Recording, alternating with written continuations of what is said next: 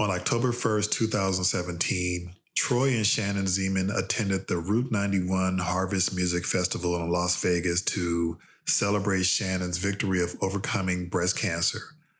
Little did they know, this would become the deadliest mass shooting in U.S. history. Here's their story. Share what was going on in your lives leading up to your decision to enjoy yourselves like many others did in Las Vegas at this concert.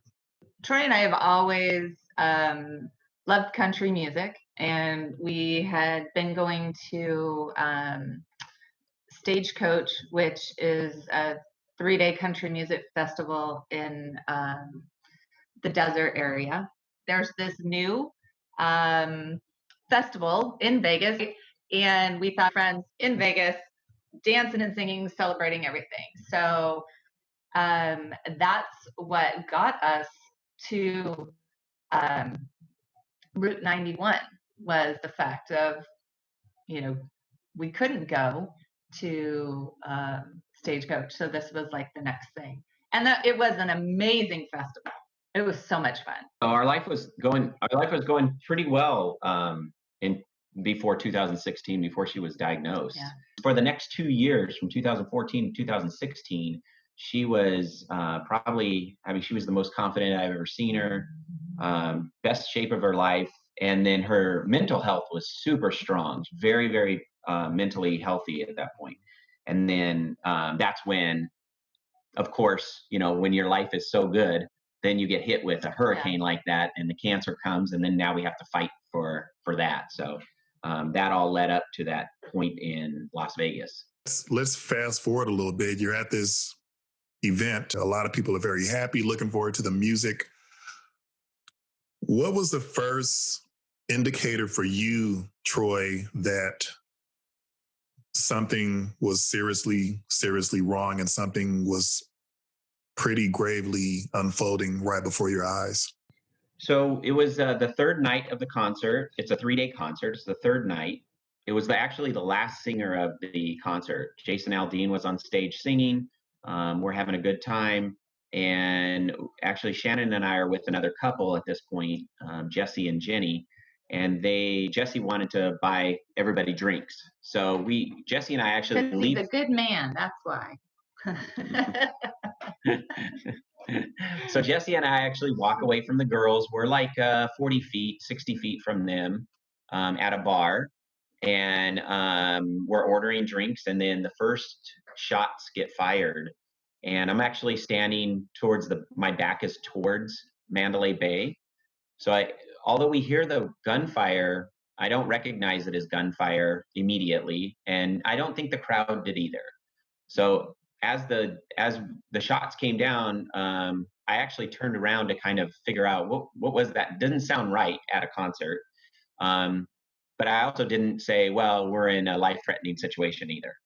I just kind of was assessing the situation. So as I turned around, the second barrage came down, and you could actually see the rounds coming into the crowd and hitting people. And that's when, like you said, I realized, oh, this isn't good. And now we're in trouble, and we got to figure out a way to get out of this situation as safely as possible. As a civilian, Shannon, how did your thoughts start to cascade when you realized something was seriously wrong? The shooter actually shot a few practice rounds, and I heard them, but I thought they were, it's the end of the whole festival. I thought they were shooting fireworks off of the stage. And so I didn't think anything about it. We kept dancing. Jason Aldean and his band's still going. You're having a great time. You're never thinking anything like this is going to happen to you. When the first barrage went off, I thought to myself that someone had brought in, the old fireworks that are on a string and you light them off and they're like, bappity bap bap bap. That's what I thought it was. So I was like, well, who's the dummy that brought in fireworks and lighting them off? And no one reacted to it. The audience didn't move. Jason Aldean was still singing. So I just thought someone was being stupid.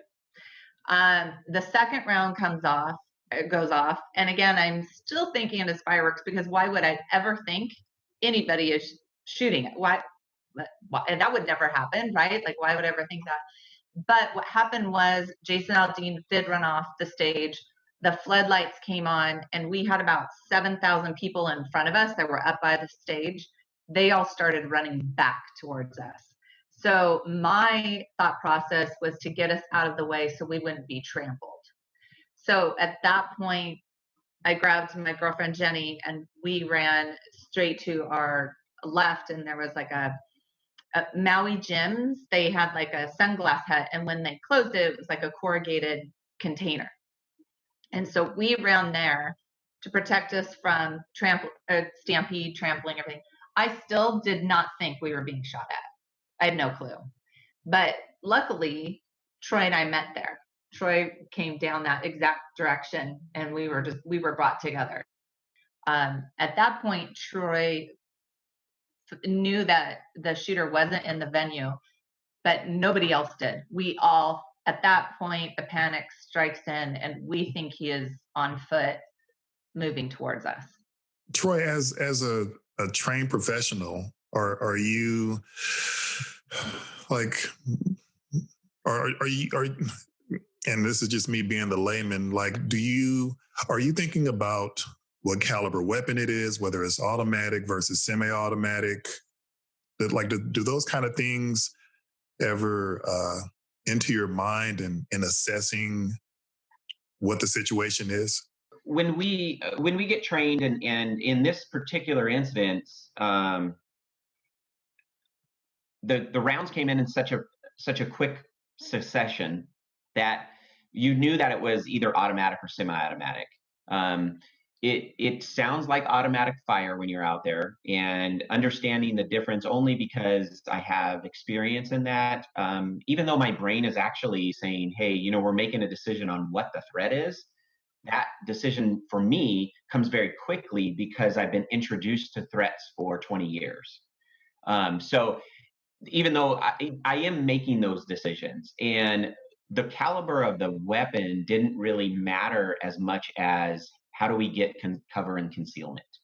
How do we get out of the sniper area where this person is shooting from an elevated spot? Because of the direction of the rounds coming in, you could tell they elevated somewhere. And so we understand fatal funnel. We get taught fatal funnels, and fatal funnels are very dangerous when it comes to people that are the victims in that fatal funnel. It's very difficult to get out.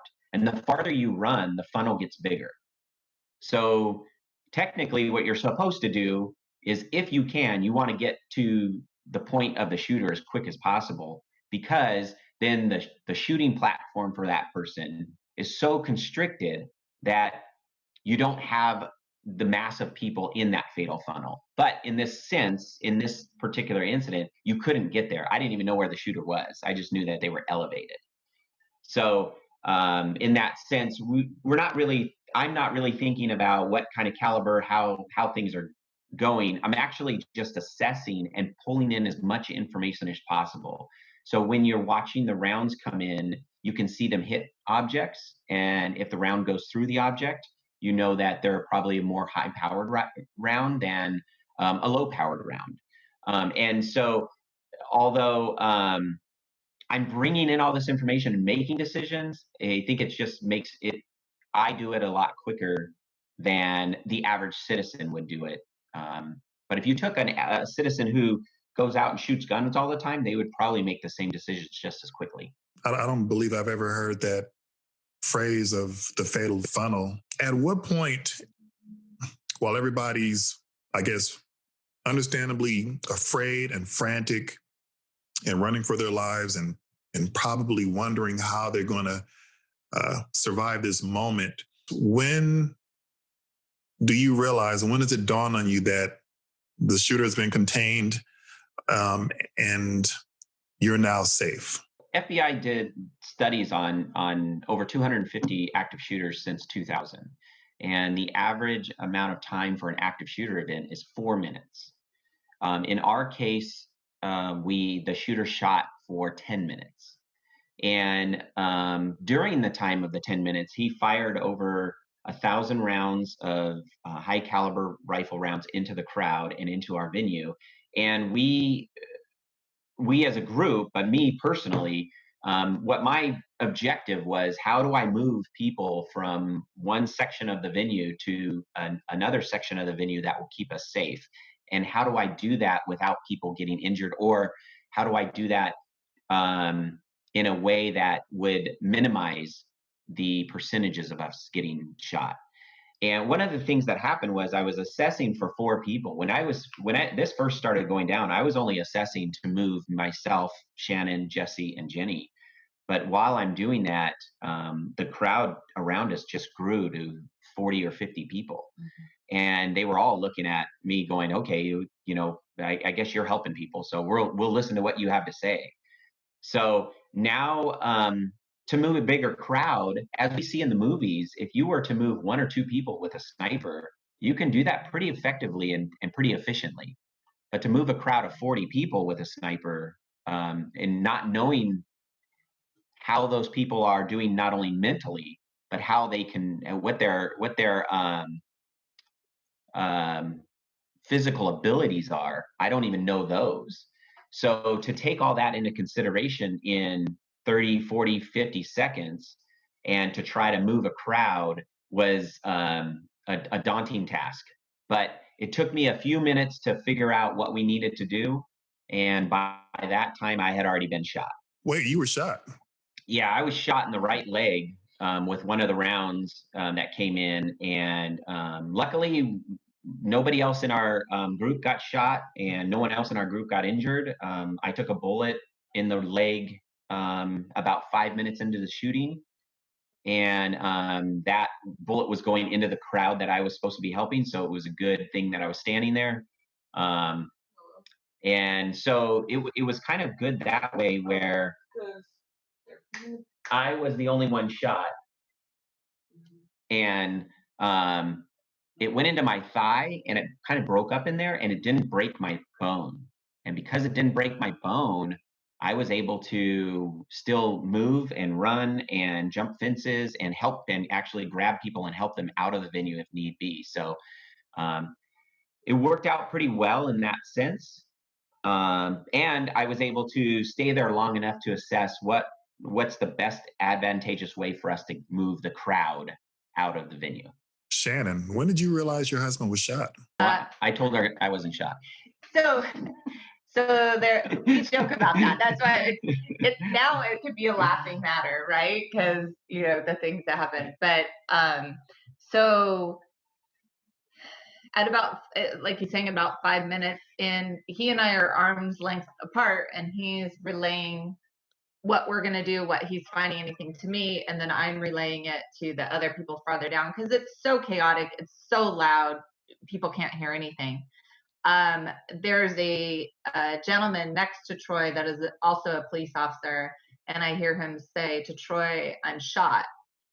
And Troy says to him, "We're all shot, just stay with me. Calm down." And I looked at Troy and I said, "Did you get shot?" And he's like, "No, I didn't get shot." And I'm thinking, "Yeah, you did. I know you did." Like, what? And so, but you could tell by his demeanor and everything like that, even though he was shot, it wasn't a life-threatening matter that he felt at that point. He felt like he could still provide his help and to try and get people out at that time. I didn't know where he was shot or anything like that, but I knew he was shot. But and we all believe the person, again, still at this point, we all believe the person was still on the ground. That's a discussion Troy and I have, that he should have shared that information with us. But whatever, it's fine. Yeah. I had a lot of information going through my mind. Yeah. So, and then we were able to start moving, and we moved our group from where we were at the container to, they had like a makeshift indoor House of Blues bar. And so we were able to move about 20 people. The rest of the people were frozen and couldn't process things and couldn't move, which I would say, as a civilian, besides seeing people running and all the the trauma and the chaos and everything, having to leave people behind, that to this day, like it still upsets me. You can still see those people as I'm trying to lift them up to say, you've got to run with us, and they can't move. And so, and Troy's telling me, we got to help the people that can move. We have to help those people. And so, luckily we were able to find out that nobody in that area that we had to leave, passed away. So that made me feel, it gave me a little bit of peace having to leave them behind. But I think that was, besides the carnage and things like that we saw, emotionally, that was what affected me the most, was I had to leave people behind. And I've never had to, do that, because I've never been in that situation before. The stakes for you guys are a bit higher just by virtue of you being parents. What did emotional recovery look like for you guys? Obviously, you have to deal with all of the deficiencies that you believe you did, and you have to also deal with the fact that you survived. So, a lot of survivor guilt. Good thing is my department, we were, with all police departments in California, and my department's very good at it, but with all the police departments, they give you mental health resources through the department because of all the trauma that officers are constantly going through. So we're constantly going through that. Like, I've been going to mental health professionals since I got on the job. And we all believe that it's a very important to deal with some of the trauma in your job, because you don't just deal with deadly trauma. You deal with traumatic incidences that are close to you at home. You watch parents do things, and you watch kids do things, and you really takes you back to your home place. So you kind of have to deal with those things. And so in this case, we got back to the department. I got back to work, and I immediately started doing mental health care for myself. And then luckily, my department said that Shannon was able to get the same type of health care. So we both went together, and that took a long time. I mean, it's still ongoing, but in the beginning, it was, weekly stuff, and a lot of crying. Yeah. Even now, there's still crying. When Troy and I do our presentations and everything, we didn't realize it, but we talk about what happened, and we show people what we did to try and help educate them on how, it happens. It can happen to anybody. And we relive that situation every time we do a presentation. So because we went and had amazing counseling at the very beginning, we were pretty solid moving forward. We're like, great, we want to start this training to help other people, so anybody can feel empowered and have hope in this, unfortunately hopeless situation. And then we were about 6 months into it, and we started having panic attacks and different things. And so we got diagnosed with severe PTSD. So then from that, we were able to start doing some more treatments like EMDR and things like that. That's really helped. But I couldn't believe it 2 years later. And that's when I was starting, we went into it kind of like as the warriors, and we're going to go in and, be, help everybody. And we survived this for a reason and everything. And then all of a sudden it was like our bodies and our minds were like, hello, like we're not done processing. Like we still, and I think that's one of the things we talk about too with our management and everything. Just that the situation is over doesn't mean that you're done processing. It could be 20, 30, 40, in any situation that you have, when you lose a loved one, when you have any traumatic experience, when, there's anything dealing with it, it doesn't mean that just because you're 6 months out, that you're done dealing with it. With my cancer treatments, that all still comes up. So it's continuing your self-care, listening to your body, being aware of your surroundings and people around you also. Because we take the 4-minute average of the FBI studies, we say, in 4 minutes, you're going to go through this harrowing experience of active shooter event, but then you deal with it for the next 40 years.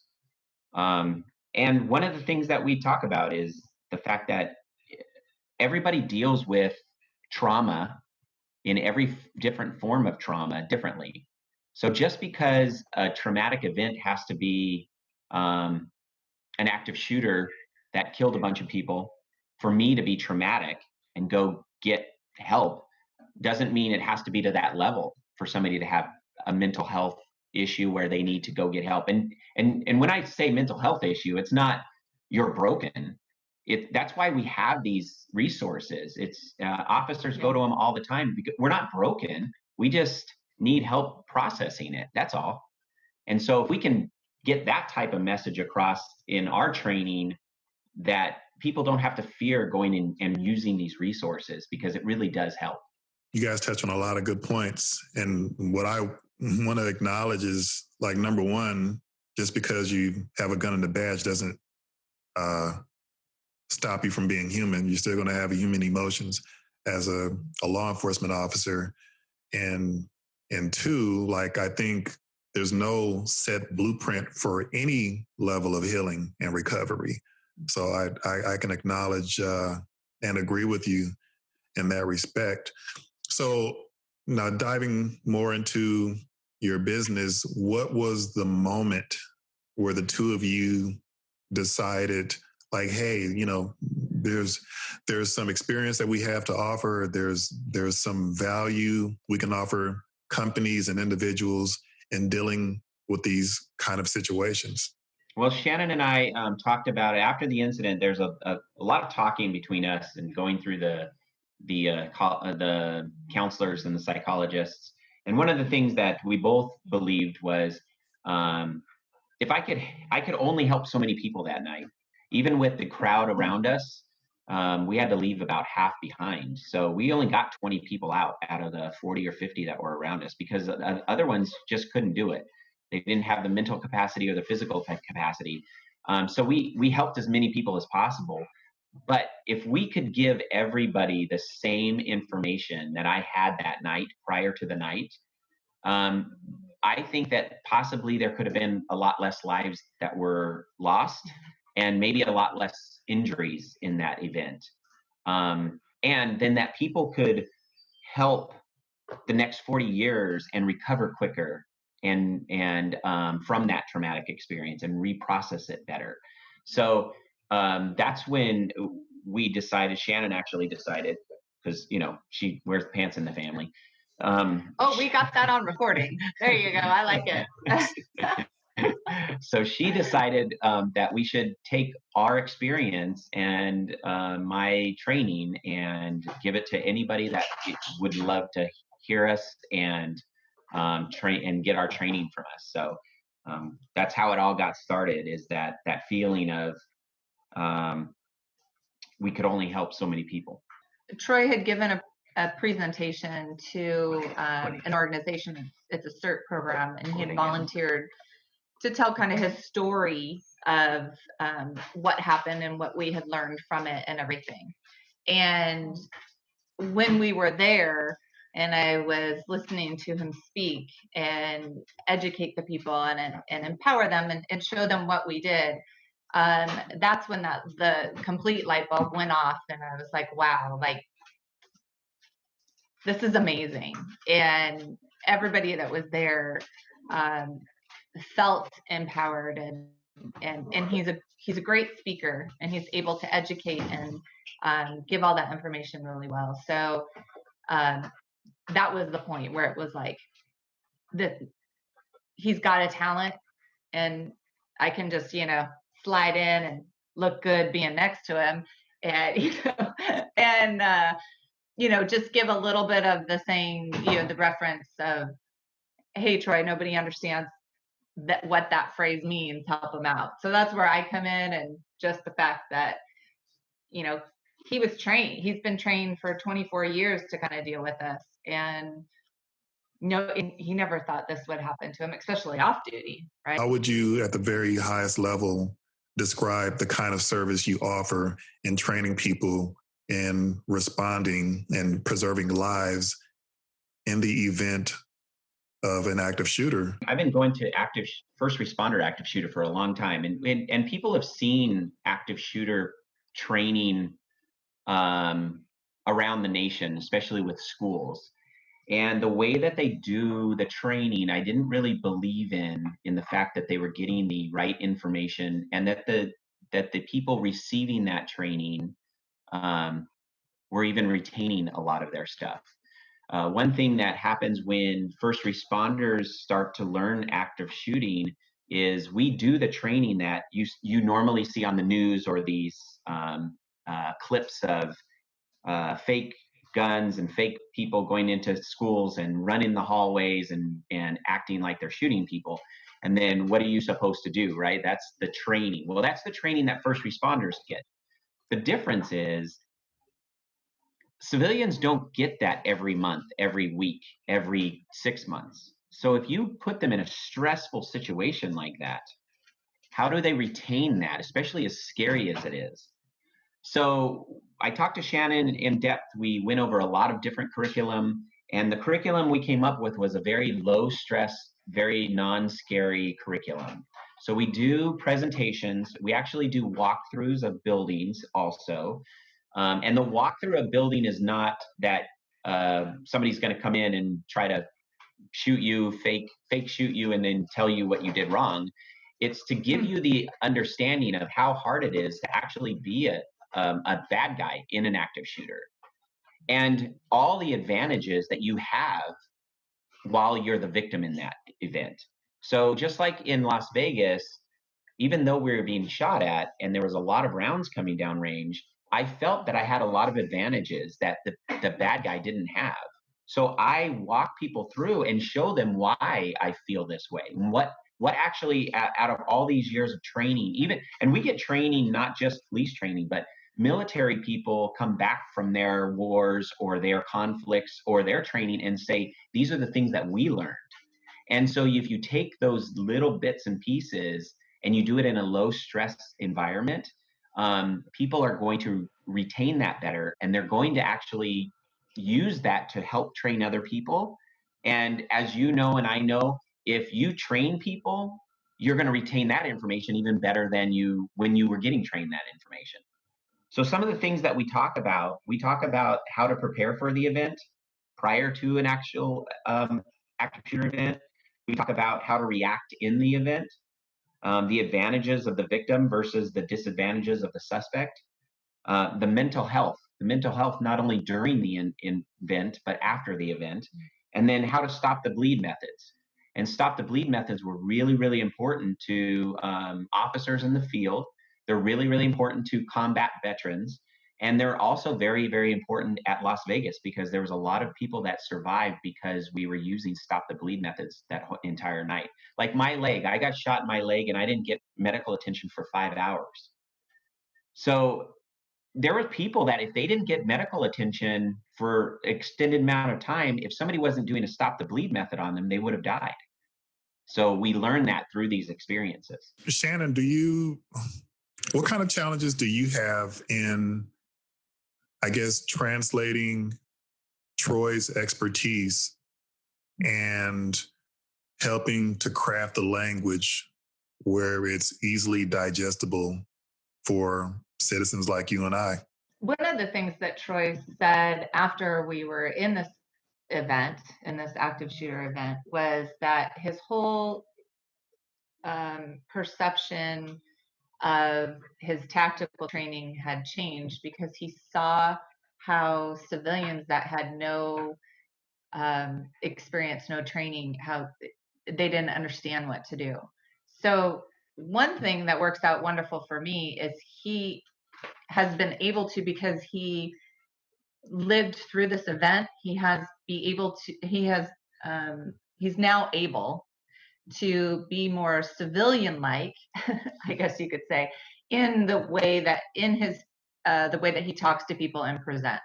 So that makes it a lot easier for me. I do think because of the fact that um, we do have such a good relationship, and we're not afraid to be like, hey, I don't really understand that, so how could you explain that a little bit more to the other people? We work together hand in hand in putting together our presentations for every business and organization we do, so that you know um, it's the talk of the police tactics and training, and also the talk of if you've never had that training before. So that works out really great. I As Troy's saying, like, he, from the training that he had, was able to use this as an experience, at our event. I had no training. Um, and so I can talk to people about, you know, what it was like to not have a plan.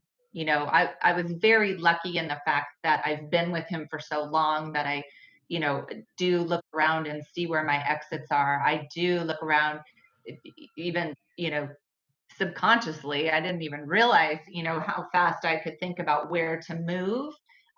So I was blessed in the fact that I had had some training, not knowing what he was doing with me. Um, but it is, and we talk about how, when we decided to do run, hide, and other things, what my process was. What did I think? Okay, where do I need to go?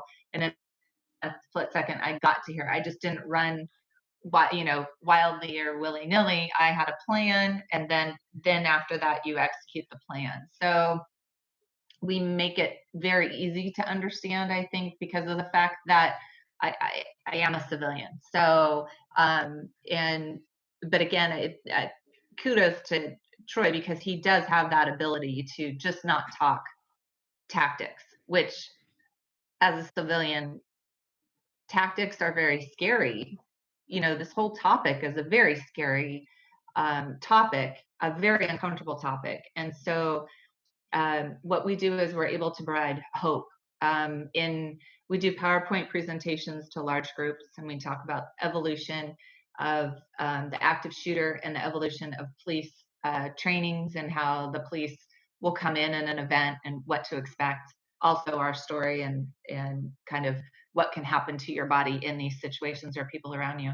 We also do a walkthrough of your building, and it's a small group. And every time Troy does this walkthrough, I'm just amazed, and I learn more things. And he walks you through as if you are the active shooter, and he is showing you all the disadvantages that the active shooter has, and all the, get this, advantages that we have as the civilians. Like, we don't think that. We think someone has a gun, they have all the advantages, and we're just sitting ducks. And so in our training, that's his whole purpose, and is to, like, I get chills right now saying it. I just love it. I think it's so amazing. It's the empowerment. It's to show you that, your life's not over. Your body can withstand. You can, do these, have a plan, know these tactics, and you can use it anywhere. And that's the beauty of when we go to a company or an organization. The gift that they're giving to the people attending our trainings aren't just for that facility. We're giving it to them to use at the grocery store. We're giving it to them to go, talk to their children or their family members about it. It's all doable things that anybody can do. Well, one of the things that it makes it easier for the people, the civilians, is that they can ask questions and not think that just because they didn't have the training, they wouldn't feel that way. So Shannon's a very good a resource for our curriculum, that people can actually correlate and relate to her way more than they can relate to me. So even though I'm giving them the training, then they have questions that could be related to an actual civilian in the event when it happens. So good person to have as a even on the internet. They send messages over our website, and a lot of them are civilians. And so for me to answer it, they're really wanting that answer from Shannon, because they're like, well, how did it feel in the event, right? They're not looking for Troy to say, well, yeah, I was, yeah, it was scary, but I had to make these assessments, right? So good relation. You guys use some language that I'm happy you mentioned, because I don't ever recall hearing words like empowerment and a couple of other phrases that you use, because I you almost assume that the shooter or the shooters in some cases have overwhelmingly the upper hand, and they do have from my point of view, a huge advantage over their targets. But I'm glad you use words like empowerment. So what I'm wondering is, what sort of elements do you factor in your training, and also assuming that the training isn't one size fits all? One of the things that we factor in is what kind of, if it's an organization or a business, we're looking at the employees in that business. So we have two different PowerPoints. One of them is for management, and that management PowerPoint is to reduce liability and to get management to have mental health resources before, during, and after. And then to make them understand the importance of providing stop the bleed kits and some tools in their business that would help employees in an event like this. So that's that's the gist of the management. With the employee one, what we want to do is we want to find out what type of employees are working here. So a couple of the publicly traded companies we did, very, very big employee base, about 1,000 people. And they have everyone from your line worker. Yeah, your line worker, you're all the way up to, the CEOs and the CFOs in these buildings. So how do we allow for all those people to learn how to do this? Well, the curriculum basically will allow for everyone to learn the curriculum, but we're also giving them information that not everybody, just like we talked about earlier, not everybody's the same in mental health. And we have to provide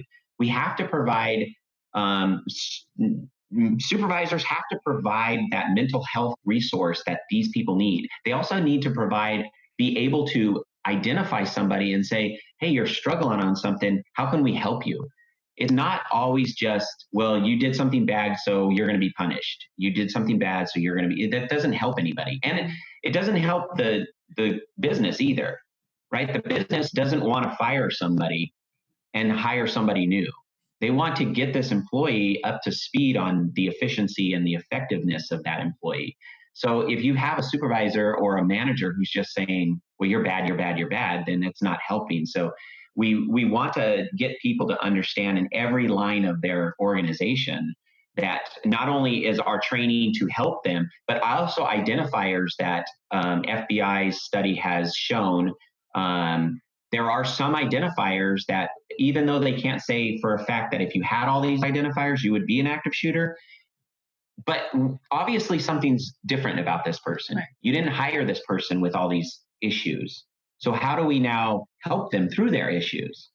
And that's one of the things that we believe it would help a tremendous amount with the commerce. So in the FBI studies, commerce is a very, very high percentage of where active shooters happen. Extremely high when you compare it to all the rest of the areas. And how can we deal with that? There is a way to deal with that. It's just we may not have the information or the training to know how to do it. So that's where we're coming in and trying to help the management and the employees.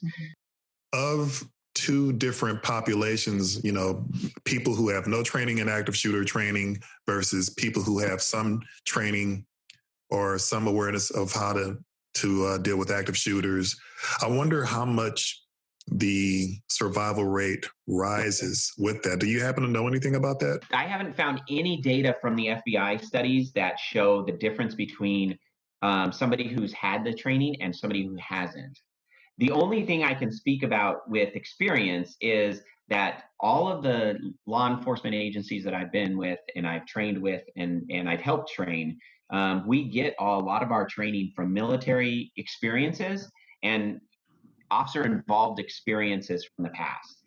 And with that, we have shown, not only our military, but our officers too, we have shown that we can produce a higher survival rate in a lot of these situations with the amount of training that we get.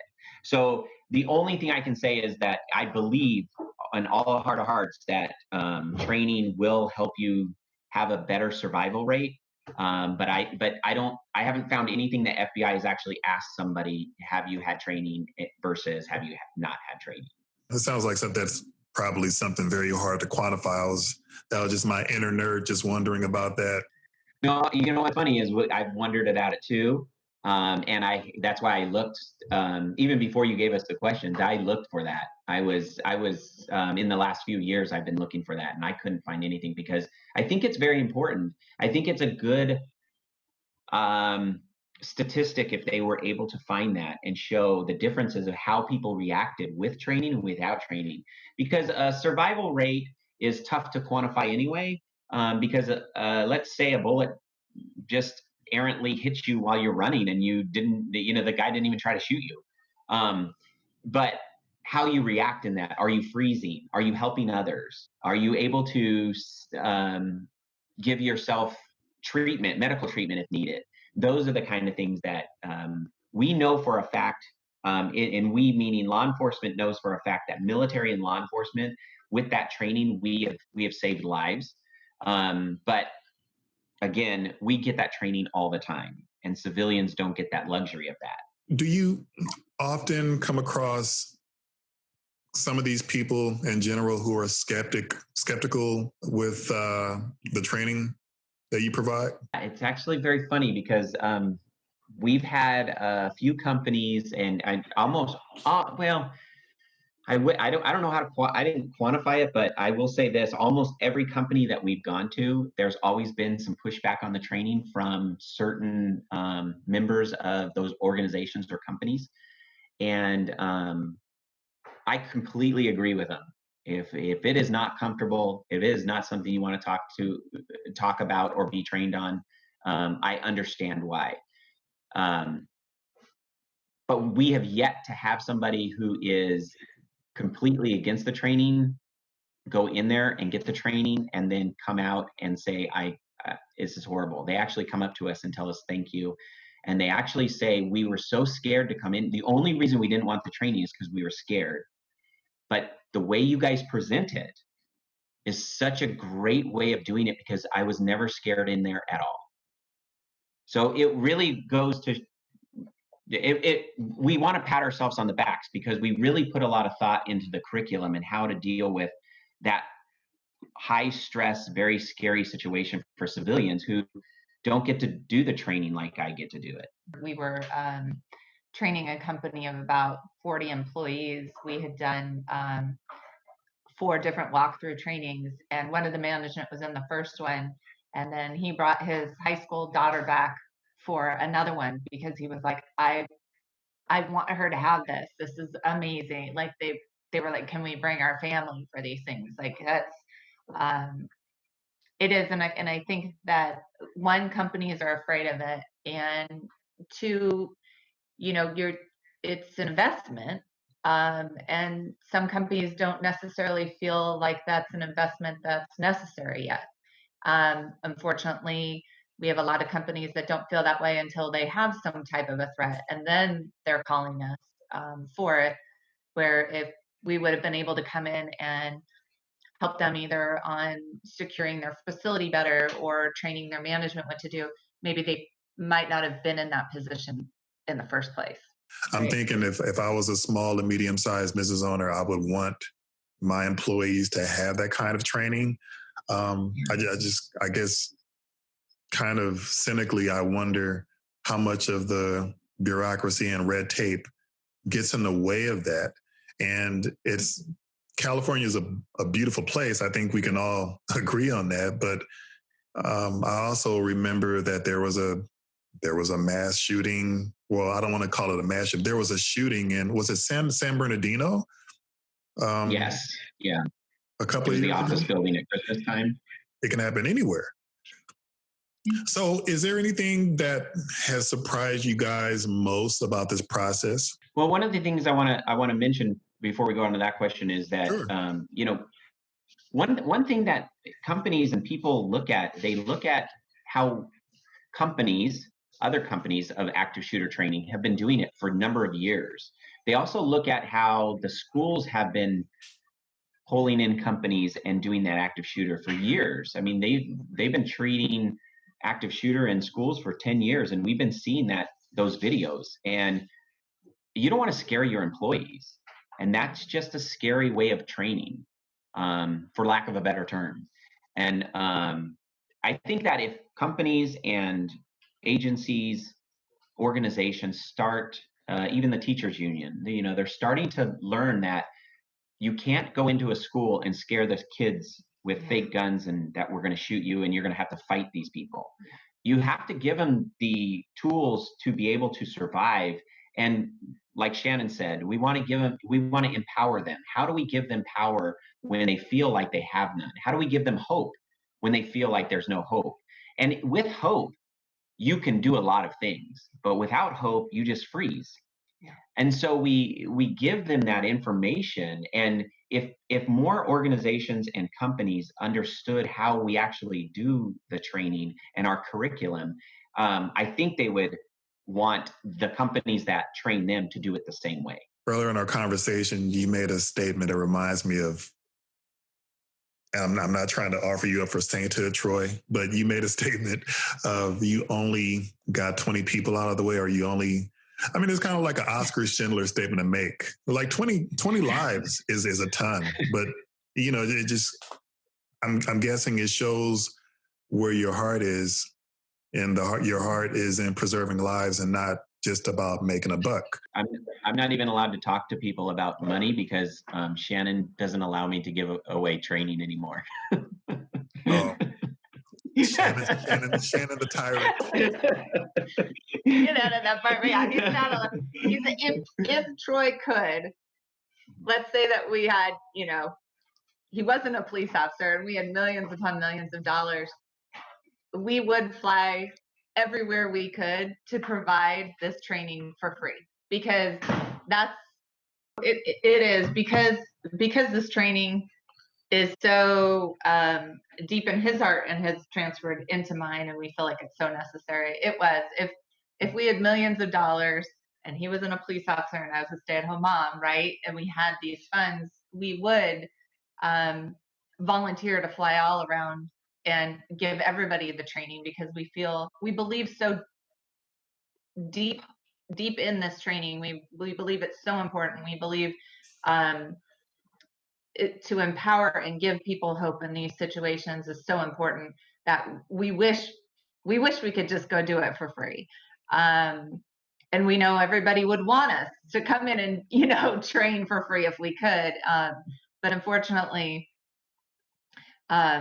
we didn't make those millions to be able to do that. So we offer it and we do a good job at it, because the whole point isn't, you know, for us to then become millionaires or anything. It's just to cover what we need to do the training. Like, people ask us, where do we see our business in 5 years? And we say, well, we hope we don't have a business, because then that means that we've done our job and active shooter isn't prevalent anymore, and it's not something that people need to train. So, you know, in our hope, 5 years from now, we're retired, we're, you know, having a drink somewhere on the beach and having a great time, and this training isn't needed.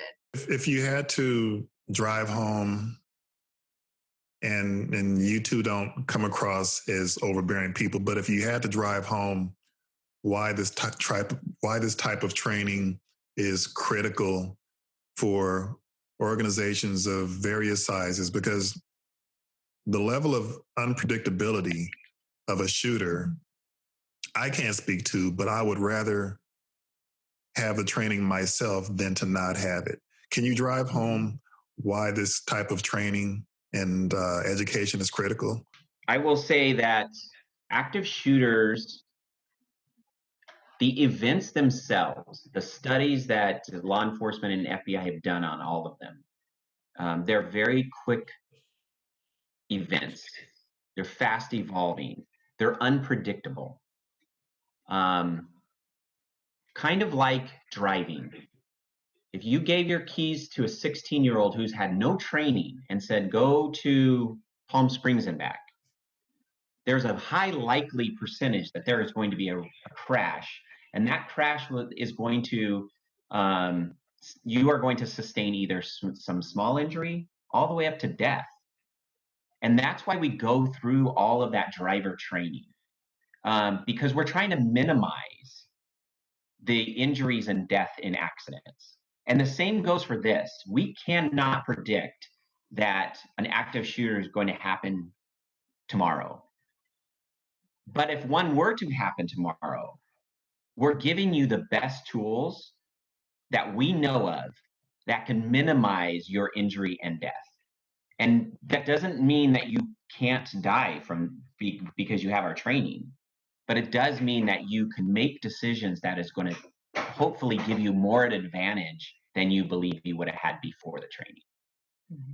And that's the whole thing of it. And just like officers go into calls and they believe that even if somebody's going to try to kill them, they're going to win. Now, as we know, officers don't always win. We die.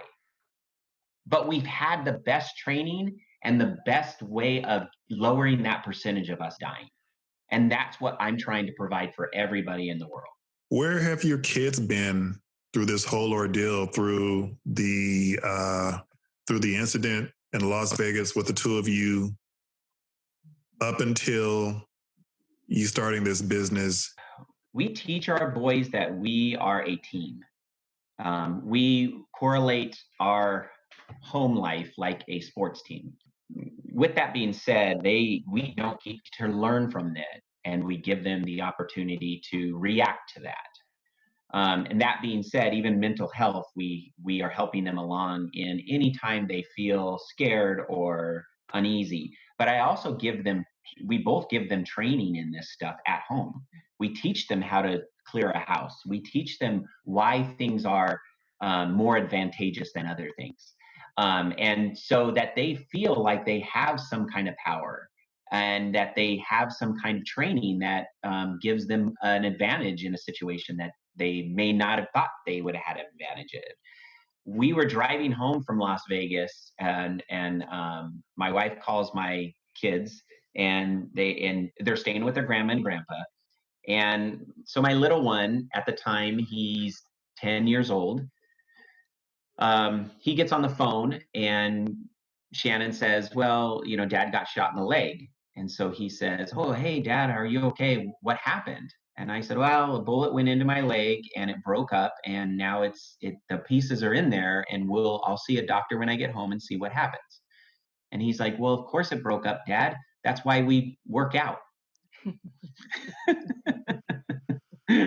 So their mentality has been pretty strong, but they've had their little setbacks, and we're very open with that. And there is a clinic that we've become very fond of, and it's called the Amon Clinics.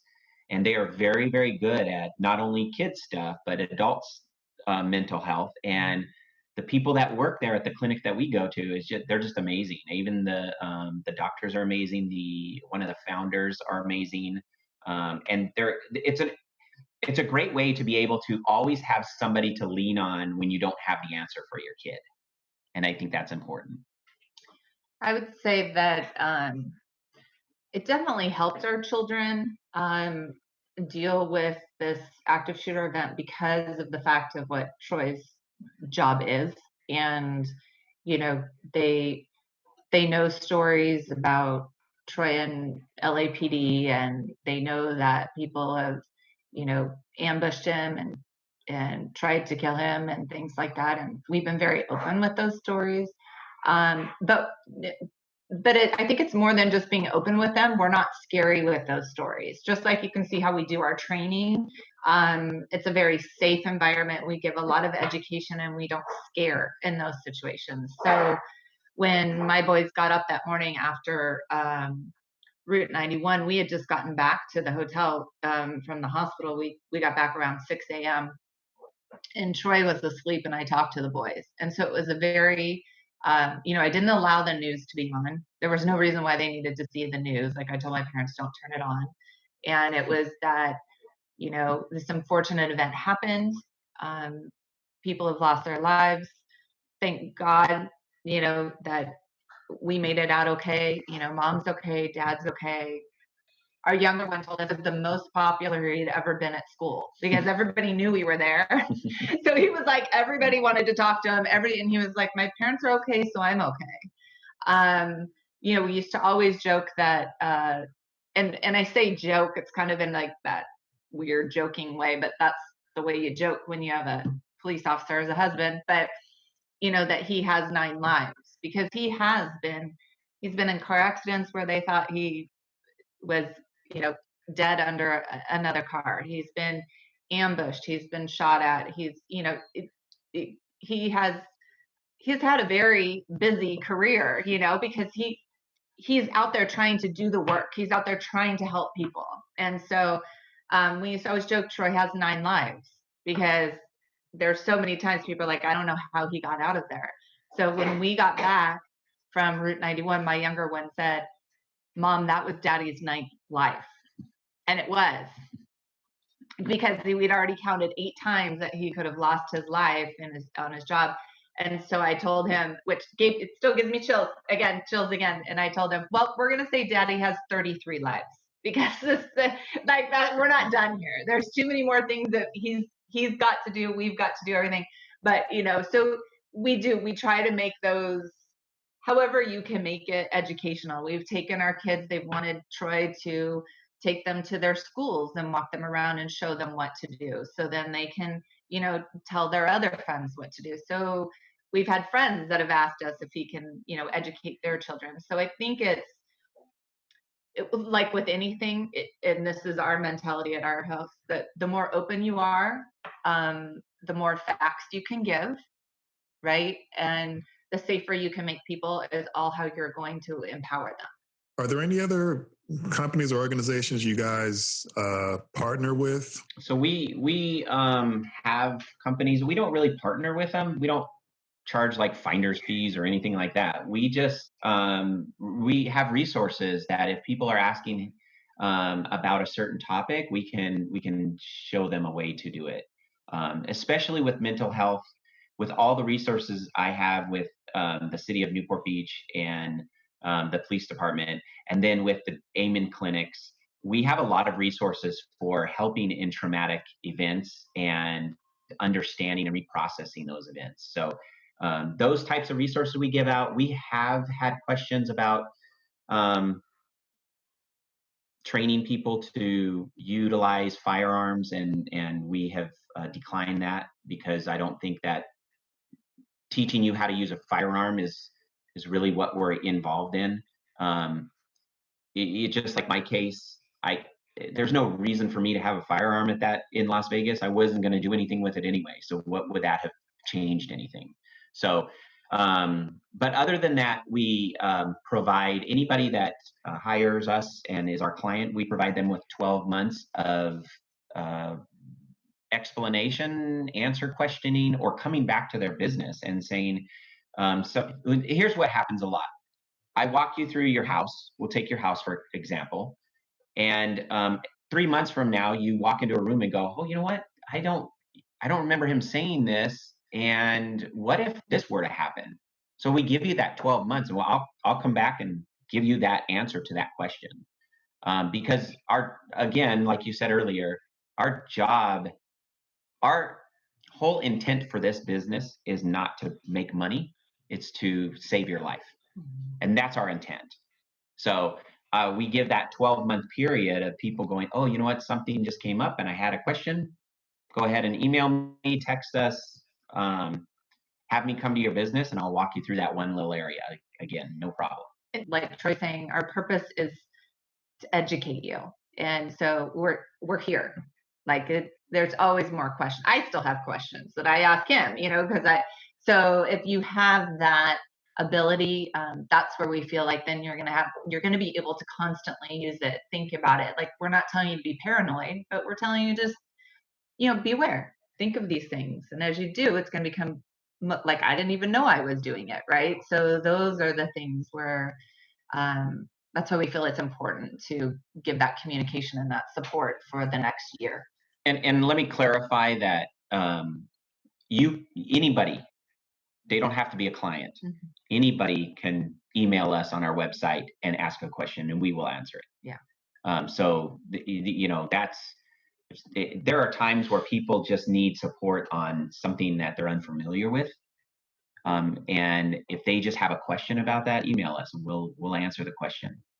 Don't think that you have to go and hire us first and then now you can ask us a question. You can ask us anything you want ever. Yeah. So for anyone who's listening and they're curious about exploring, using or hiring you guys for your services, how do they get in contact with you? So they can visit our website, and our website is S as in Sam, C as in cat, Z as in zebra, activeshooter.com. So it's SC activeshooter.com. What did I say? SCZ activeshooter.com. What did I say wrong? SCZ activeshooter.com. I don't know. I just type it. I know what I'm doing when I type it. And on that link, it has at our website, it has our direct email. It has our phone number so that they can call us at any time and talk to us. We're always available. And on that, it'll explain a little bit more about the different trainings that we offer. It shows some of our media that we've had, like we'll be linking this podcast to it too. Thank you very much. And it tells a little bit about our background. So it just dives you in a little bit more. And also has a chat box that it goes straight to Shannon. And so as long as she is able to immediately respond to that chat, she will. But if that immediate response isn't there, if you give us a contact information, she'll get back to you immediately. Mm-hmm. Very good. Any final thoughts? No, I think it's good. Thank you so much for having us on. Yeah. I hope that we can help as many listeners of yours that you can. And if you ever need anything, let us know. We'll do what we can for you. But yeah, just the big thing that we want people to know is that our curriculum is very low stress. We try not to make it scary, and that we're here to support every person. And it's doable. That's the thing. It's anybody can do it. Anywhere you can do it. I think that's great. Like I try to pride myself on doing my part and giving people, like I think there's enough people who are into fluff and entertainment. I try to really focus on creating content that adds days to people's lives, and this absolutely falls in that category. So I appreciate the two of you for carving out time to share your business and your experiences with anybody who happens to be listening. So I have a lot of gratitude towards the both of you. So thank you for that. Thank you. Thank you so much. We really enjoy your podcast also. So we appreciate the facts and the information and not all the fluff. We think it's really important.